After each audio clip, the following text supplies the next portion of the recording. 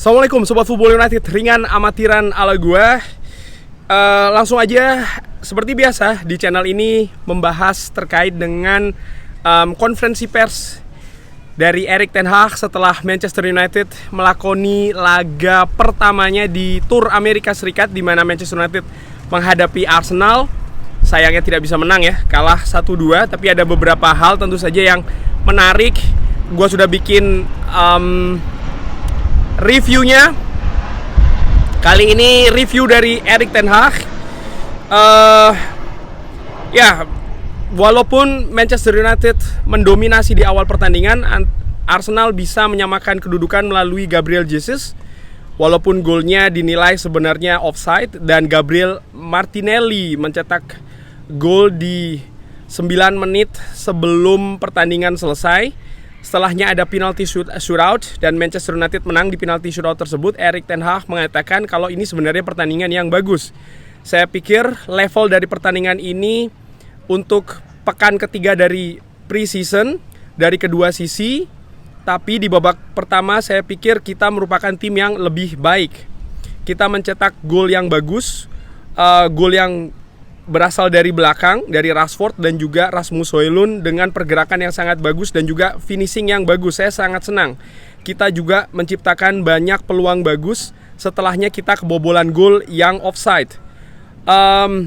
Mengenai gol dari Rasmus Højlund, di peluang atau kesempatan seperti itu dia sangat kuat dan dia merupakan ancaman bagi semua pertahanan dan dia memiliki kemampuan untuk mencetak gol. Mengenai cedera dari Rasmus Højlund dan juga Leny Yoro, dikatakan tentu saja ini terlalu singkat ya untuk mengetahui tentang cederanya. Kita harus menunggu 24 jam. Tapi tentu saja kita berharap kita bisa lebih tahu lebih banyak.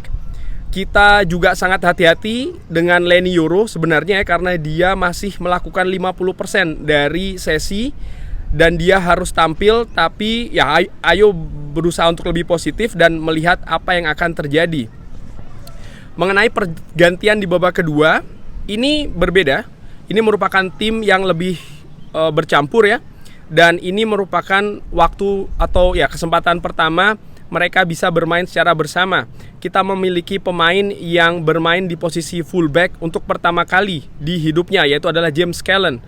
Dan setelahnya Anda harus bermain menghadapi pemain yang lebih berpengalaman di Premier League. Dan ini tidak mudah. Saya pikir gol kedua kita membiarkan dia bebas lebih banyak ya, artinya pemain dari Arsenal, dan kita seharusnya seharusnya kita bisa lebih membantu bek kanan untuk mengatasi atau mengcover serangan dari Arsenal dari sisi tersebut. Tapi secara keseluruhan saya pikir tim bermain cukup bagus penampilannya, dan ya kita seharusnya bisa mengambil hasil seri ya dari pertandingan ini. Mengenai latihan tendangan penalti, saya pikir ini penting. Seperti kita ketahui ya, ada banyak kompetisi yang akan kita lalui dan penalti bisa menjadi penting. Dan saya pikir Andre Onana melakukan 2 penyelamatan yang sangat bagus. Jadi ini sangat penting memiliki seorang penjaga gawang yang bagus di adu penalti.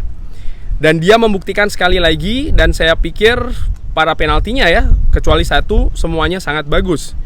Selanjutnya akan menghadapi Real Betis. Ini merupakan jadwal yang sangat ketat dan kita akan berada di sana di San Diego cukup cepat ya.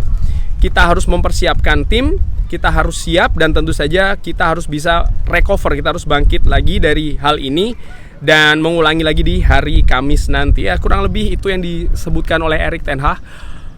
Dari sisi hasil tentu saja ini hasilnya mengecewakan karena kalah ya, terutama bagi fans yang mengharapkan kemenangan di setiap pertandingan dari Manchester United. Ini tidak sesuai dengan yang diharapkan. Tapi mungkin tim kepelatihan melihat ada beberapa detail dari pertandingan yang dianggap oke, ada perkembangan. Tentu saja belum secara sempurna, masih dalam tahapan proses. Gua pun sebenarnya melihat pertandingan tadi menghadapi Arsenal, ada beberapa periode, ada beberapa kejadian, beberapa waktu di mana Manchester United tampil bagus, agresivitas tinggi, umpan-umpan kombinasi yang bagus, mencari solusi untuk membongkar pertahanan dari Arsenal. Tapi sayangnya itu masih belum bisa dilakukan secara konsisten.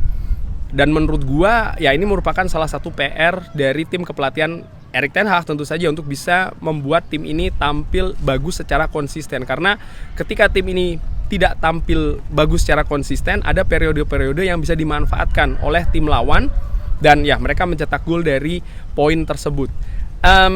Apakah ada pengaruh situasi fisik? Gue yakin iya ya, karena memang ketika melakukan preseason ini kan yang dilatih, yang diperbaiki dari musim lalu bukan hanya ataupun dipersiapkan untuk musim ini ya. Ini kan bukan hanya soal teknis tapi juga soal fisik. Sehingga pasti akan ada latihan-latihan yang bersikapnya lebih ke fisik ya. Dan gue melihat tadi ada penurunan intensitas, dan di situ gue curigai memang ada faktor fisik walaupun mayoritas pemain tampil hanya 45 menit nih, tapi gue melihat belum ada konsistensi di 45 menit tersebut, terutama dari pergerakan tanpa bola ya, artinya melakukan pressing dan lain-lain. Sehingga menurut gue ya ini juga harus dipersiapkan lebih bagus. Gue tidak, karena dengan hasil kekalahan ini ya, ini tidak membuat gue katakanlah pesimis untuk musim depan ya. Musim lalu pun juga kita menang menghadapi Arsenal, tapi di Liga kita berantakan. Di musim pertama dari Louis van Gaal, Manchester United tampil bagus di pre-season, tapi di Liga pun juga kesulitan. Yang penting bagaimana tim ini bisa mengambil pelajaran dari uji coba, apa yang ingin mereka capai dari uji coba tersebut. Dan gue yakin itu sebenarnya bukan kemenangan. Oke, kemenangan karena Manchester United selalu mencari kemenangan, yes, gue tahu itu, tapi ada hal-hal lebih detail lagi terkait dengan permainan, dengan sistem, ataupun dengan perkembangan individu pemain. Itu bisa saja terjadi. Gue sangat menantikan ya partai selanjutnya menghadapi Real Betis dan juga menghadapi Liverpool, karena ya gue harapkan ada perbaikan yang lebih banyak dibandingkan dengan saat ini. Apakah dengan tidak tampilnya pemain-pemain senior ini berpengaruh ke situasi penampilan dari Manchester United? Yes, itu ada ya, tentu saja, seperti Lisandro Martinez, seperti Bruno Fernandes misalnya. Tapi tetap dengan skuad yang ada saat ini, kita asumsikan ini merupakan kedalaman skuad dari Manchester United yang mereka harusnya bisa lebih memanfaatkan itu saja. Yes, ada banyak kekurangan, ada banyak hal yang harus diperbaiki. Gue tidak ingin terlalu a priori ya, terlalu berlebihan menyoroti hal tersebut, karena sekali lagi ini masih periode persiapan. Kerja sama tim misalnya masih belum bisa dilakukan secara konsisten di pertandingan tadi. Hal-hal yang menurut gue cukup elementer yang harus diperbaiki oleh Erik ten Hag, terutama untuk menghadapi musim ini nantinya. Kurang lebih demikian ya yang dikatakan tadi oleh Erik ten Hag. Bagaimana menurut Sobat Football United? Seperti biasa silahkan drop di kolom komen. Terima kasih sudah menyaksikan. Jangan lupa like, subscribe, dan juga subscribe. Wassalamualaikum warahmatullahi wabarakatuh. Thank you.